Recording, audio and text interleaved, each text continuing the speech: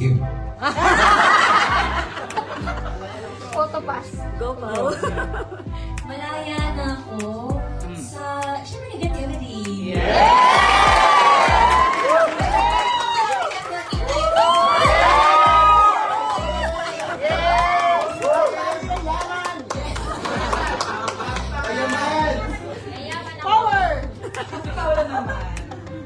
Yun rin po na unahan niya lang po. Gaya-gaya. Wala na po ang ibang mag-iisip. Meron. Ako isipin mo okay lang. Ano bang gusto niyo sabihin?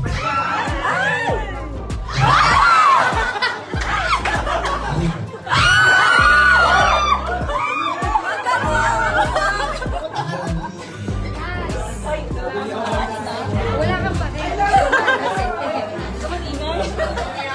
Miss Emil po siya. Miss Emil.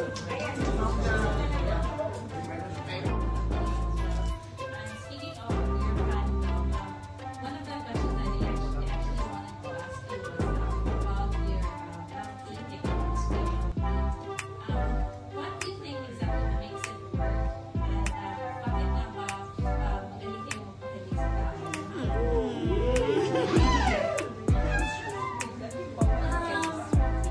Hindi, actually, hindi rin namin alam. Siguro sobrang galing lang talaga ng director namin. Siya ang naglalagay ng mga background music sa amin. And then, hindi namin alam kung bakit super kasal. Pero sobrang kaming thankful na nag-inspire namin sila and kinikilig sila sa aming dalawa. And maraming salamat din syempre na merong nabuong grupo na sumusuporta sa amin. And to add to what Kim said, I think it's also it's a constant effort on our part and maybe the willingness to collaborate with each other. Because I'll give an example.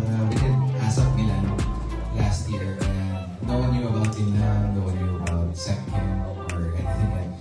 So parang lagi ko kausap si Kim. Parang may performance tayo. Paano natin ipapakita sa audience para abangan nila yung game namin.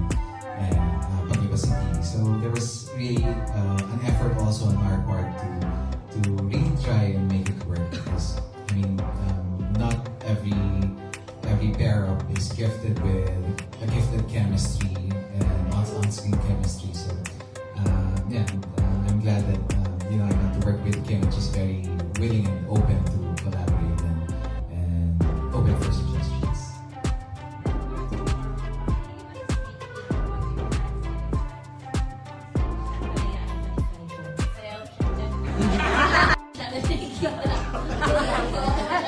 Pero kagabi lang kami dumating. Kaya, so parang nothing much to explore pa. Palang, okay. First of all, thank you sir for sponsoring our flight.